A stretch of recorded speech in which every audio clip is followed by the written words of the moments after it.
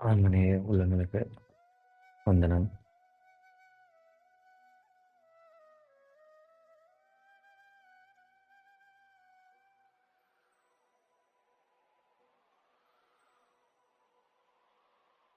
சனி அப்படின்னா கருமை என்று பொருள். இந்த கருப்பு திரையாகிய அசுத்த மாயா திரை விலக வேண்டும் என்றால் ஜீவகாருண்ய ஒழுக்கமே அதற்கு அடிப்படையாக இருக்கிறது. அந்த ஜீவகாருண்ய ஒழுக்கம் நமக்கு ஜீவர்களிடத்தில் பக்தி செலுத்துவதை நமக்கு சொல்லிக் கொடுக்குது. ஜீவர்களிடத்துல பக்தி அப்படின்றது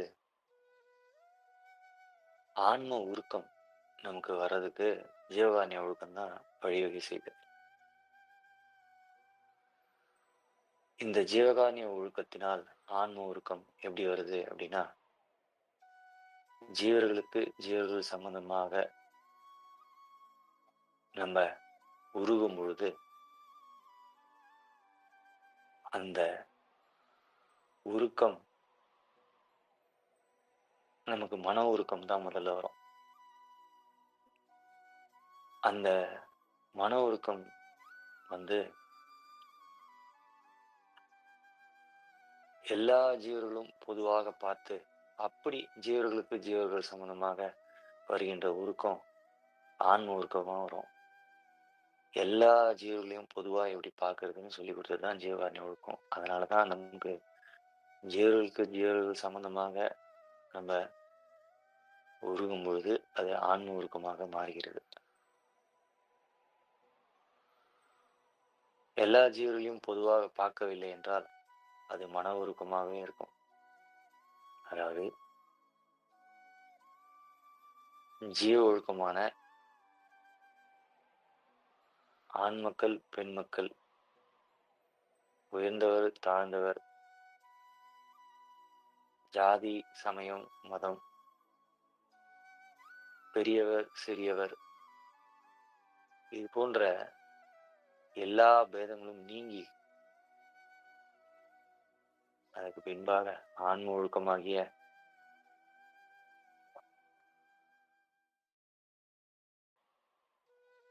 யானை முதல் எறும்பு முதல் யானை, அதாவது தாவரம் முதல் மனிதர்கள் வரை. தாவரம் அப்படின்ற வார்த்தை மலை, குன்று, அதுல இருந்து தொடங்கி செடி கொடி, அதுல இருந்து தொடங்கி எல்லா யோனி பேதங்களும் கடந்து மனிதர்கள் வரை எல்லா இடத்தையும், இந்த எல்லா யோனி பேதங்களிடத்திலையும் பேதமற்று பொதுவாய் பார்த்து எல்லாம் தாமாய் நிற்பது ஆன்ம ஒழுக்கம். இப்படிப்பட்ட ஜீவ ஒழுக்கத்தையும் ஆன்ம ஒழுக்கத்தையும் நமக்கு சொல்லிக் கொடுக்கறது தான் ஜீவகாருண்ய ஒழுக்கம்.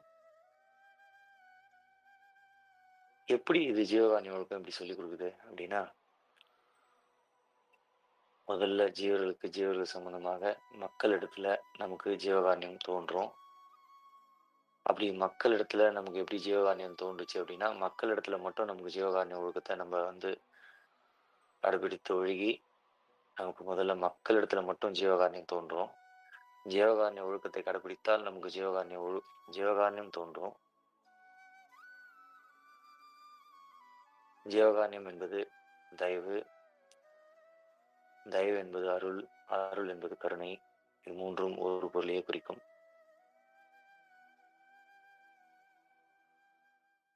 மாக்களிடத்தில் ஜீவகாருண்ய ஒழுக்கத்தை கடைபிடித்து ஒழுகி ஜீவகாருண்யம் தோன்றும்.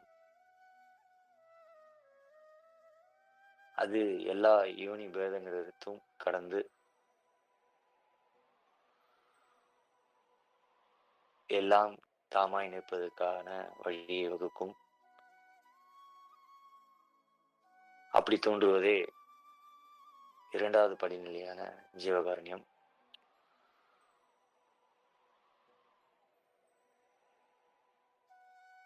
இந்த 3வது படிநிலையான ஜீவகாருண்யத்த புரிஞ்சுக்கணும்னா,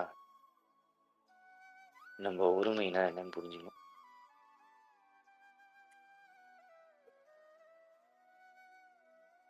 ஒருமைய புரிஞ்சுக்கணும்னா நம்ம வள்ளல் பெருமான புரிஞ்சுக்கணும் முதல்ல.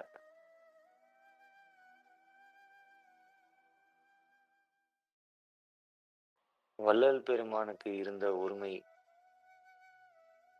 எதுவோ,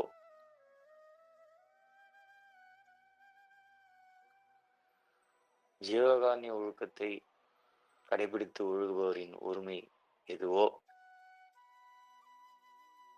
ஜீவகாருண்ய ஒழுக்கம்தான் கடவுளர்களை பெற்றுத்தரும் என்பதை உணர்ந்து ஜீவகாருண்ய ஒழுக்கத்துக்கு உள்ளே வருபவர்களின் ஒருமை எதுவோ, இதுவே 3 படிநிலைகளான ஒருமை.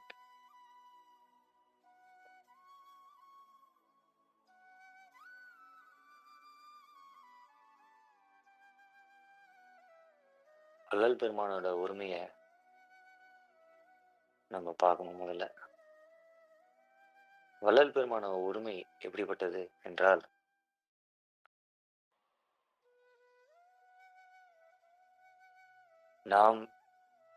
நான் வேறு, நீங்க வேறு. அதாவது வள்ளல் பெருமான் எப்படி பார்ப்பாருன்னா, என் நிலை இதுவா இருக்கு, உன் நிலை எதுவா இருக்கப்பா, இந்த 2 நிலை எனக்கு வேணாம், இந்த 2ம் அல்லாத ஓர் நிலையா எனக்கு வேணும்ன்ற ஒருமை அவரோட ஒருமை.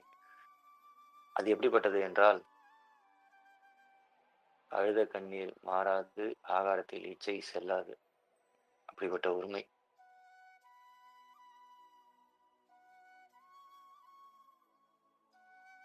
என் உடல் பொருள் ஆதி அனைத்தையும் நீ எடுத்துக்கொண்டு, உன் உடல் பொருள் ஆதி அனைத்தையும் உவந்து நீ எனக்கு அளிக்கணும் அப்படின்னு சொன்ன ஒருமை. வள்ளல் பெருமானோட ஒருமை இப்படி இருக்க, கடவுளோட ஒருமை எப்படி இருக்கு பாருங்க. உயிர்கள் அடையும் துன்பத்தை நீ அடைந்து விலக்குக, சுத்த சன்மார்க்க சுகநிலை பெறுக, உத்தமனாகுக.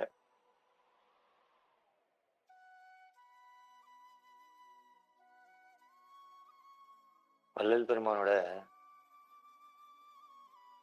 எந்நேரமும் அவருடைய சிந்தனை என்னவா இருக்கும் அப்படின்னா,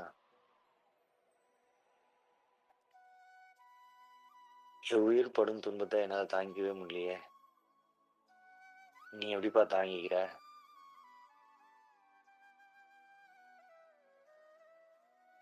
ஒரு பக்கம் நம்மளுடைய மனதெல்லாம் வன்மனமோ கல்மனமோ அப்படின்னு சொல்றவரு, ஒரு பக்கம் இறைவனோட அந்த உடல் பொருள் ஆதி எப்படிப்பட்டதோ அப்படின்ற, கடவுள் நிலை எப்படிப்பட்டதோ அப்படின்ற ஒரு பக்கமும், இந்த ஜீவர்களோட நிலையெல்லாம் குறித்து, இந்த வாட்டத்தை குறித்து எந்நேரமும் அந்த விசார சங்கல்பத்தோடவும் இருந்து வந்தாங்க.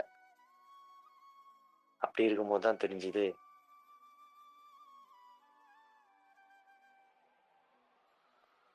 இவங்கெல்லாம் இவ்வளவு கஷ்டப்படுறாங்க அப்படின்றத, நீ கஷ்டப்படுறியே அப்படின்றத கடவுள் நினைச்சாரு. அதே சமயத்துல நீ இவ்வளோ கஷ்டப்படுற அப்படின்றத நீ நினைக்கிற, அப்போ நான் என்ன பண்ணிட்டு இருக்கேன்றத தெரிவிச்சதுதான் அந்த அகவலோட வரிகள்.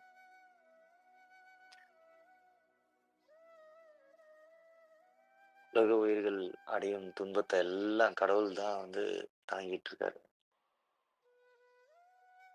அந்த உலக உயிர்கள் அடையும் துன்பத்தை நீ அடைந்து விளக்குக மகிழ்க அப்படின்னு வள்ளல் பெருமான் சொன்னவருக்கு தான் அந்த 2 வருட காலம் அந்த உலக உயிர்கள் அடையும் துன்பத்தை எல்லாம் அவரு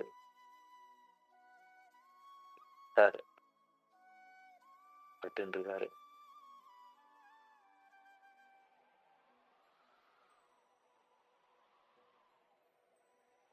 இப்படிப்பட்ட வாழ்வுதான் இந்த பேரின்ப வாழ்வு. இதனோட முடிவுல தான் வள்ளல் பெருமான் பேரானந்த நித்திரை கொள்கின்றேன் அப்படின்னு சொல்றாங்க. அதுக்கான காரணம் தான், அதாவது அந்த பாடல் தான் சாட்சி நமக்கு. அவரு கடவுள் நிலையை அறிந்து அம்மையும் ஆனதற்கான சாட்சி. ஏனென்றால், கடவுளோட உடல், பொருள், ஆதி அனைத்தையும் உவந்து இவருக்கு குடுத்துட்டாரு. குடுக்கவே தான் அவரால பேரானந்த நித்திரை கொள்ள முடியுது.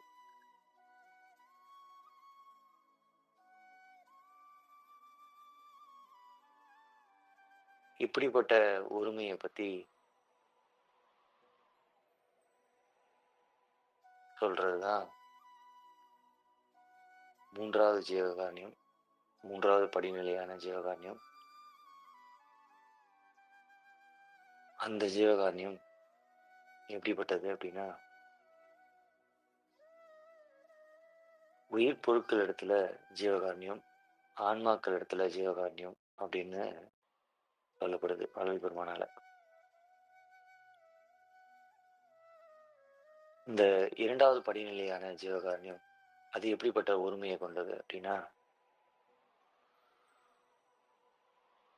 ஆன்மநேய ஒருமைப்பாட்டு அந்த ஒருமைய கொண்டது. அந்த ஆன்மநேய ஒருமைய கொண்டது. அது எப்படிப்பட்ட உரிமை அப்படின்னா, வள்ளல் பெருமானுக்கு அடிநாள் தொட்டு வந்த உரிமை. அந்த உரிமையே ஆன்மநேய ஒருமைப்பாட்டு உரிமை.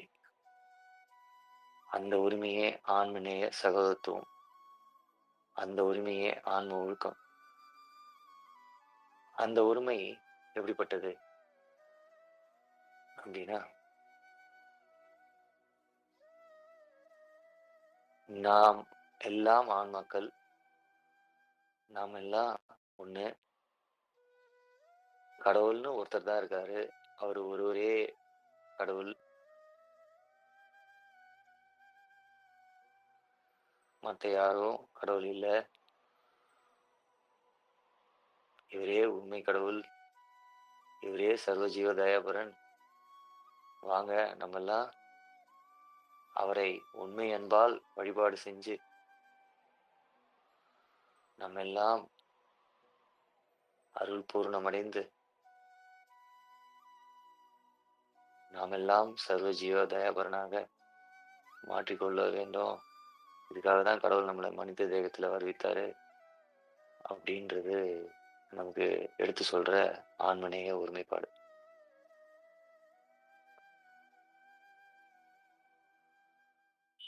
இந்த ஆன்மநேய ஒருமைப்பாடு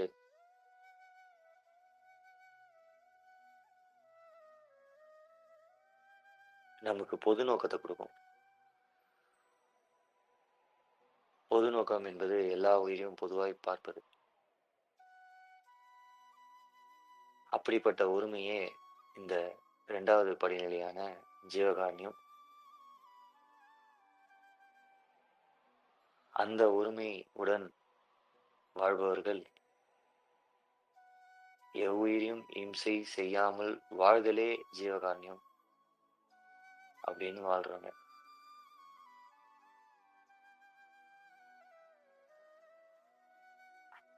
இந்த 1வது படிநிலையான ஜீவகாருண்யம், அதற்கானது ஜீவகாருண்ய ஒழுக்கம். இந்த 2வது ஜீவகாருண்யமாகிய எல்லா உயிரையும் பொதுவாய் பார்ப்பது, அதாவது ஆன்மநேய ஒருமைப்பாடு கைகூடாதவர்கள், அது கைகூடுவதற்கான, அதாவது சாத்திய நிலைக்கு போவதற்கான சாதனமான ஜீவகாருண்ய ஒழுக்கம். இதை கைக்கொண்டு வாழ்க்கையில் பல்கால் பழகி, அதன் மூலமாக வரும் விளக்கங்களையும் இன்பங்களையும் பெற்று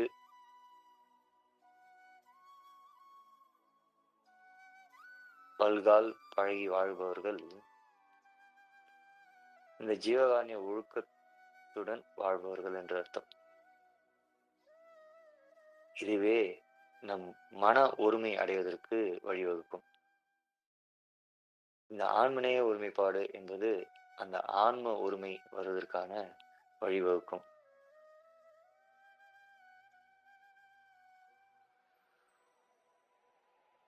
அந்த ஆன்மநேய ஒருமைப்பாடே நமக்கு நாம் வேறு, கடவுள் வேறு என்ற நிலையை அற்று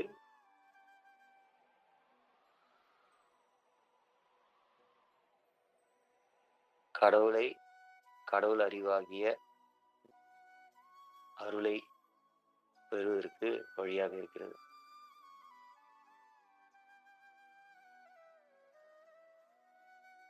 அப்படிப்பட்ட அருளை பெறுவதற்கு சாதனமாக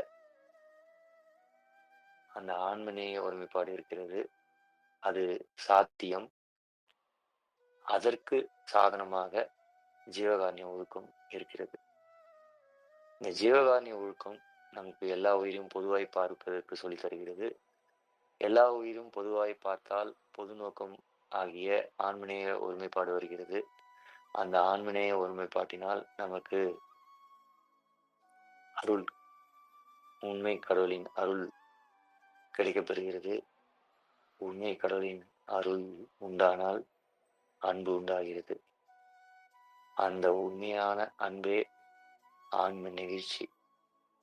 இந்த ஆன்ம உருக்கம், அருள், ஆன்ம நிகழ்ச்சி என்பதே இந்த 3 படிநிலைகளாகிய ஜீவகாருண்யம்.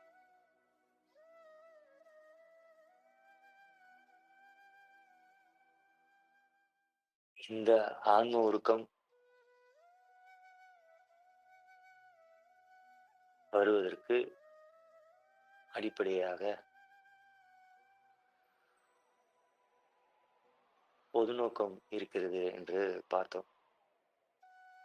இந்த பொது நோக்கம் வராமல் நமக்கு எது தடையாக இருக்கின்றது?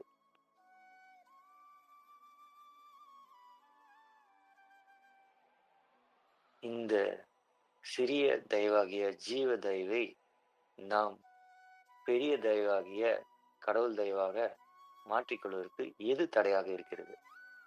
இந்த தயவை விருத்தி செய்வதற்கு எது தடையாக இருக்கிறது என்றால் அதுவே இந்த சமய மத மார்க்கங்கள் என்கின்ற ஆசாரங்களும் ஜாதி, இன, மொழி, தேசம் போன்ற உலகாச்சாரங்களும் இது போன்ற உலகியலில் பொருளாசை கொண்ட நமது ஆடம்பரம், இடம்பம்,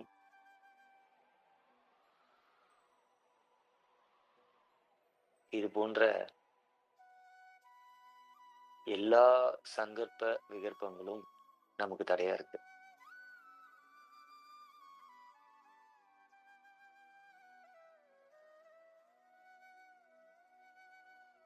இதுதான் வள்ளல் பெருமான் நமக்கு செயற்கை குணங்களாகிய ராகாதிகளை நீக்கி இயற்கை சத்துவமாகிய ஆன்ம இயற்கை விளக்கமாகிய ஆன்ம இயற்கை குணமாகிய தயவை கொண்டு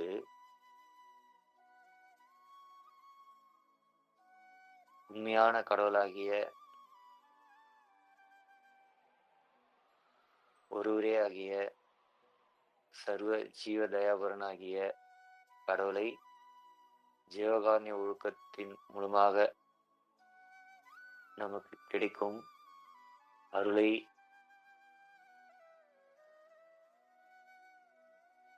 கொண்டே நாம்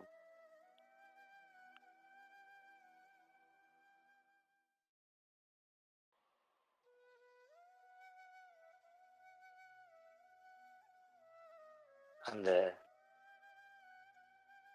ஆன்ம நிகழ்ச்சியாகிய உண்மை அன்பை விளைவித்துக் கொண்டு,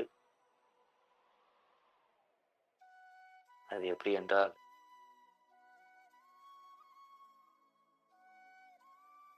அந்த அற்புத திருவருள் விளக்கத்தால் உண்மை அடியார்களாக, அதாவது எல்லா உயிரையும் பொதுவாய் பார்த்து உயிர்களுக்கு பரோபகாரமாகிய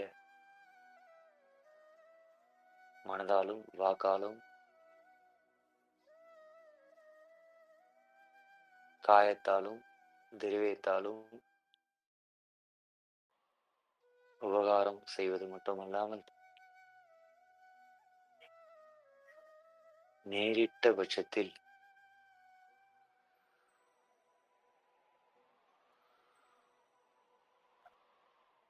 நம் சகோதரர்கள் வாட்டத்தை குறித்து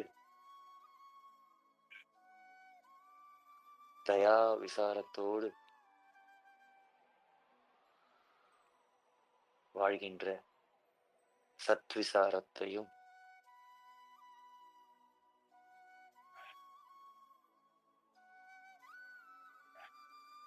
கொண்டு, இதையே சத்திய ஞானாச்சாரமாக கொண்டு பல நாள் நம்ம வாழும்போது, அதாவது ஜீவகாருண்ய ஒழுக்கத்தோடு வாழ்றது தான் இவ்வளவு தூரம் வரைக்கும் சொல்லிட்டு இருக்கோம். இப்படி நம்ம வாழும்போது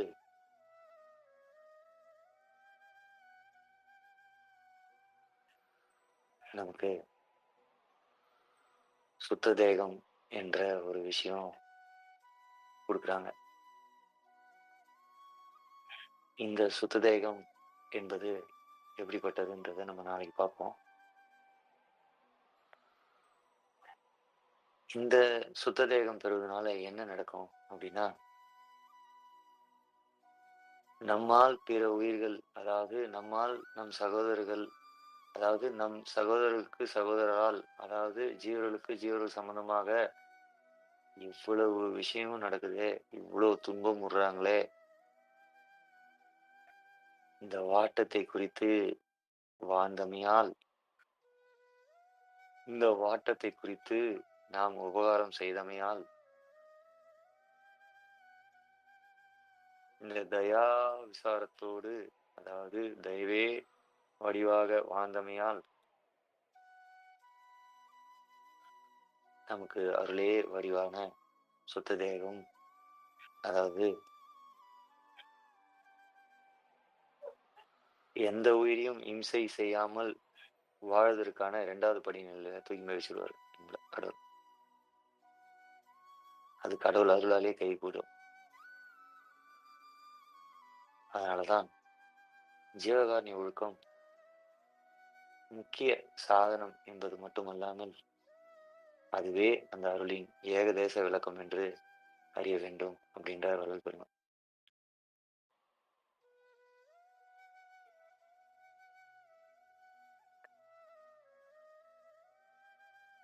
இப்போ இந்த முதல் படிநிலையான ஜீவகாருண்ய ஒழுக்கத்துக்கே வர்றதுக்கு நமக்கு என்ன வேணும் அப்படின்னா, பரோபகாரம் வேண்டும், சத்விசாரம் வேண்டும். அந்த பரோபகாரம் என்பது இந்த சத்விசாரம் என்பது என்னன்னு கொஞ்சம் முன்னாடி தான் பார்த்தோம். இந்த பரோபகாரம்னா என்ன? பர உபகாரம், பரோபகாரம். பரம்னா என்ன? அதை நேற்று தான் பார்த்தோம்.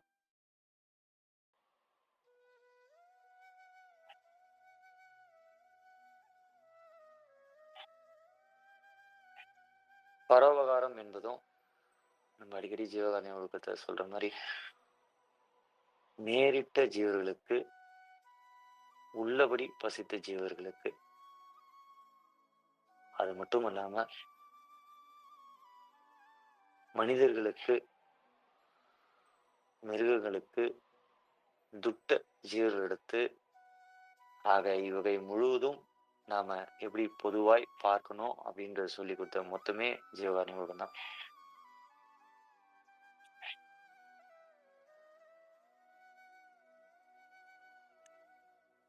அந்த பரோபகாரம் செய்த உடனேயே, செய்யும் பொழுதோ இல்ல செய்ய இயலாத போதோ நமக்கு ஒரு விசாரணை வரும். அந்த விசாரணை எதனால வந்தது என்றால், உள் அழுந்துதல் என்பது ஆன்ம திருஷ்டி. உள் அழுந்துதல் என்பது ஆன்ம உருக்கம். அப்படி அந்த உள் அழுந்துதல் வரும்பொழுது, நாம் எவ்வுயிரும் தம்முயிராக பார்த்ததனால அந்த உள்ளழுந்துதல் வந்தது. ஆனால் நாம் அதற்கு உபகாரம் செய்யும் பொழுது, பிற உயிராக எண்ணி நாம் உபகாரம் செய்து விடுகிறோம். ஐயோ! அந்த உயிர் கஷ்டப்படுதே அப்படின்னு. ஏன்னா நமக்கு முழு ஒருமை வரல. அப்போ அந்த ஒருமை எப்படி இதாகுது? அதாவது சங்கல்பத்துக்கு வந்தது எப்படி சங்கற்ப விகற்பமாகுது அப்படின்றத நம்ம பலமுறை சங்கல்ப பகுதியில பார்த்துருக்கோம். அது விகல்பமாயி எப்படி விகல்பமாகுது அப்படின்னா, உள்ள இருந்ததை சிந்திக்கும்போது என்ன ஆயிடுது? அடுத்த கட்டமா நமக்கு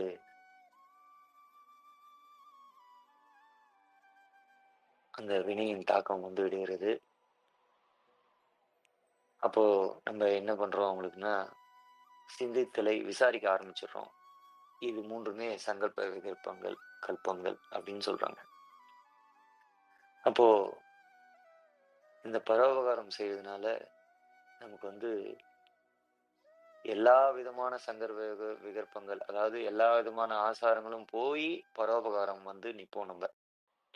இத எந்த பகுதியில பார்க்கலாம் அப்படின்னா, நடராஜரும், ஞான சபையும் அது மாரி அ அடுத்து வர ஒரு சில தலைப்புகள்ல நமக்கு தெளிவா குடுத்துருப்பாங்க. நம்ம 32 புக்ல அடுத்தடுத்த தலைப்புகள படிச்சுட்டு போனீங்கன்னா உங்களுக்கு தெரியும். அதுல உண்மை மார்க்கம், உபாய மார்க்கம்னு சொல்லி முடிச்சுப்பாரு. உண்மை மார்க்கம்னா என்ன அப்படின்னா, அதுவே பரோபகாரம்னு சொல்லியிருப்பாரு. நான் அதுக்கான பதிவ இதுல போடுறேன். கமெண்ட்ல போடுறேன். பாருங்க. அப்போ பரோபகாரம் மட்டுமே நமக்கு வழிவகுக்குமா என்றால், வழிவகுக்காது. அதுவும் நமக்கு எல்லா விதமான ஆசாரங்களும் போய், நமக்கு இந்த சங்கல்ப விகல்பமான ஆன்ம திருஷ்டி, ஜீவ திருஷ்டி, மன திருஷ்டிக்கு நம்மள கொண்டு வரும். அப்ப இதுவே நமக்கு ஒருத்தவங்களுக்கு புரியல அப்படின்னா, நம்ம பரோபகாரத்த இன்னும் கைக்கொண்டு செய்யல. எல்லா உயிரையும் பொதுவா பார்த்து உள்ள இருந்ததிலே வரல. உள்ள இருந்ததுல அத பத்தி சிந்திக்கல. சிந்தித்தத பத்தி விசாரிக்கல. நம்ம வேற எந்த சிந்தனையும் ஓடிட்டு இருக்கு. வேற எந்த விசாரணையும் ஓடிட்டு இருக்கு. உள்ள இருந்ததிலே வரல அப்படின்னும் சொல்லலாம். உள்ள இருந்தது இந்த சிந்தனை வரல. வேற சிந்தனைகள் வரலாம். அப்படி இந்த சிந்தனை நம்ம இத விசாரிக்காம வேற எதையோ விசாரிக்கலாம். அப்படி நம்ம உள்ள இருந்துதல் அதையே நம்ம சிந்தனை செஞ்சாலும், விசாரித்தாலும் அதுவே சங்கற்ப விகற்பங்களாக இருக்கும் பட்சத்துல நம்ம அடுத்து சத்விசாரத்துக்கு போயே ஆகணும். அந்த சத்விசாரம் என்பது என்ன அப்படின்னா, இங்கேயும் நேரிட்ட பட்சத்தில், அதாவது இங்கேயும் நேரிட்ட பட்சத்துல நம்ம பரோபகாரம் செய்றோம். உள்ளபடி பசித்த ஜீவர்களுக்கு பரோபகாரம் செய்றோம். ஆனாலும் அங்க நமக்கு அவங்களுக்கு பிற உயிர் தான் வேற அப்படின்னு நீங்க நீங்க நின்னீங்க. ஒருவேளை நின்னுருந்தீங்கன்னா நீங்க பரோபகாரம் செஞ்சிருக்க மாட்டீங்க. ஏன்னா கடவுள் என்ன செய்றாருன்றது உங்களுக்கு புரிஞ்சிருக்கும். அப்படி கடவுள் என்ன செய்றாருன்றது கொஞ்ச நாளைக்கு பரோபகாரம் செஞ்ச பிறகு கடவுள் என்ன செய்றாருன்னு தெரியும். முடிஞ்சா அதையே நீங்களும் செய்வீங்க. அதுதான் அவங்கள உபகாரம் செஞ்சு மீண்டும் அவங்களை ஒழுக்கத்துக்கு எப்பாடுபட்டாவது அவங்களை வர வைக்கிறது தான் முழுமை அடையிற ஜீவகாருண்ய ஒழுக்கம். அங்கதான் ஜீவகாருண்ய ஒழுக்கம் முழுமை அடையுது. அத நம்ம 21வது கேள்வியில ரொம்ப தெளிவா பார்த்தோம்.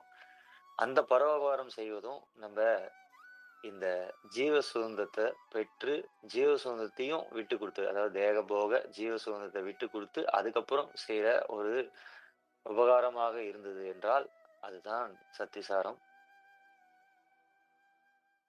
அந்த சத்விசாரம் என்பது உங்களை சங்கல்பத்திலே வைத்துக்கொள்ள உதவும். ஆனாலும் இதுவும் உங்களுக்கு அருளை பெற்றுத் தராது. அந்த சங்கல்ப நிலையிலே இருந்து கொண்டு, அந்த 3 படிநிலைகள் அங்க உள்ள 3 படிநிலைகள்ல நம்ப பயணிக்கணும். அந்த 3 படிநிலைகள பயணிக்கிறது தான் பல வருட காலங்கள் ஆகும் அப்படின்னு வள்ளல் பெருமான் சொல்றாங்க. அந்த 3 படிநிலைகள் சங்கல்பத்துக்கு உள்ள அதாவது சங்கல்ப விகல்பத்துல இருக்க 3 படிநிலைகள பார்த்தோம். சங்கல்பத்துல இருக்க 3 படிநிலைகள்ல நம்ம ஏற்கனவே பார்த்திருக்கோம். அதாவது எவ்வுயிரும் தம்முயிராக நினைத்தபடியால் அங்க கரணம் சுத்தி ஏற்படுது. அப்படி சுத்த கரணமாய் நின்றபடியால் நமக்கு வந்து அந்த விசார சங்கல்பத்திலே இருப்போம். அதனால நமக்கு தாழும் குணம் வரும். அந்த தாழும் குணம் வரும்போது நம்மளால ஒண்ணும் செய்ய முடியாதுன்னு தோணும். ஆனாலும் நம்மளுடைய ஜீவஸ்தானம் உயர்த்துகின்றபடியால், அதாவது மூலாதாரத்திலிருந்து அடுத்த ஆதாரமோ, இல்ல நீங்க ஜீவன் எந்த ஆதாரத்தில் இருக்கிறதோ, அந்த ஆதாரத்திலிருந்து அடுத்த ஆதாரத்துக்கு கொண்டு செல்லும். கொண்டு செல்லும்போது மறுபடியும் அந்த ஜீவனுக்கு ஒரு அடுத்த லெவல்ல ஒரு ஆங்காரம் வரும். அது மறுபடியும் பரோபகாரம் செய்யும். மறுபடியும் சத்து விசாரத்துக்கு வரும். அப்புறம் அடுத்த ஆதாரத்துக்கு போவோம். இப்படியே பல ஆதாரங்களை கடந்து 6 ஆதாரங்களையும் கடந்து நிராதார நிலைக்கு கொண்டு செல்வதே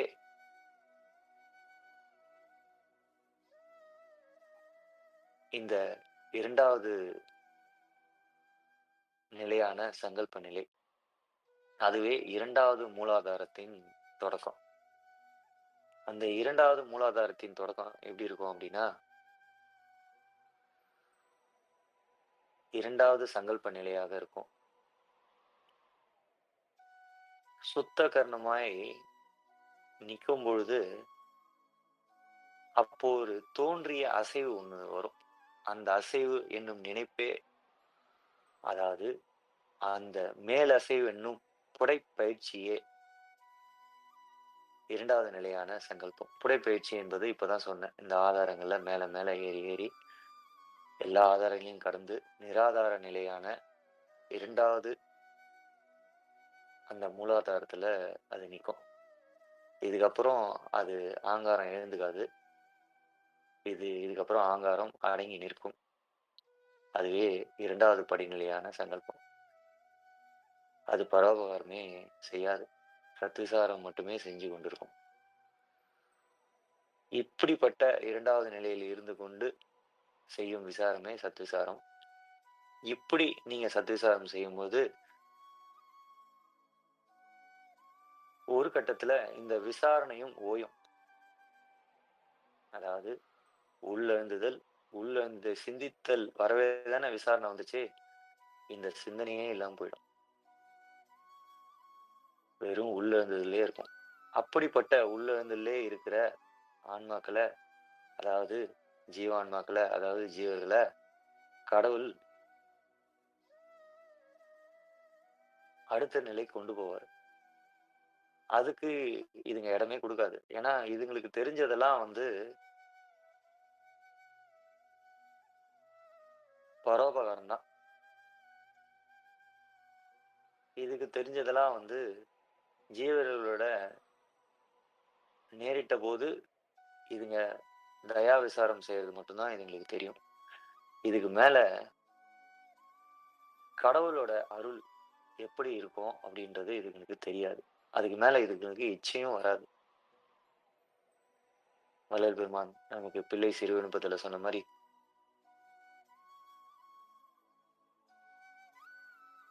இப்படியே இருக்கவும் ஆசையில்லை, சிறக்கவும் ஆசையில்லை, இறக்கவும் ஆசையில்லை அப்படின்னு சொன்ன பிறகு, வா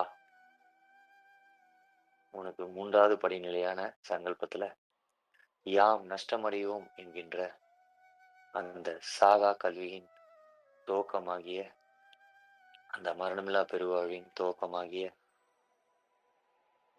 அந்த அஞ்ஞானம் நீங்கி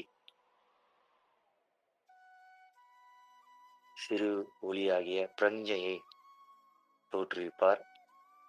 அங்கிருந்தே ஞான மார்க்கம் தொடங்குகின்றது. ஞான மார்க்கம் என்பதும் சன்மார்க்கம் என்பதும்